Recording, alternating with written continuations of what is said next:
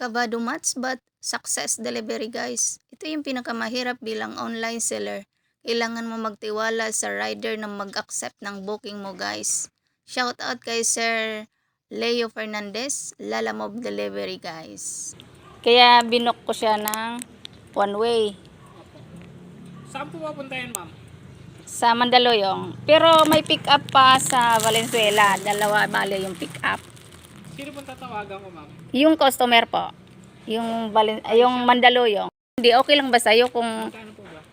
2,650? Ay, hindi po aabot eh. Okay lang, may Gcash ka. Meron naman po.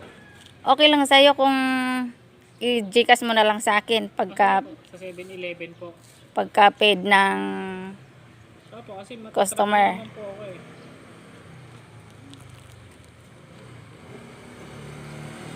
para sure tayo, para confirm mo na lang, tawagan mo na lang Sige po. na may abono na 2,650 para wala tayong abir. Sila po magbabawas doon. Yes po sir. Thank you sir. Nakausap niyo na rin po yung customer. Hindi pa nagsinibisi yata. Okay lang yan sir. Sige sir. Thank you sir.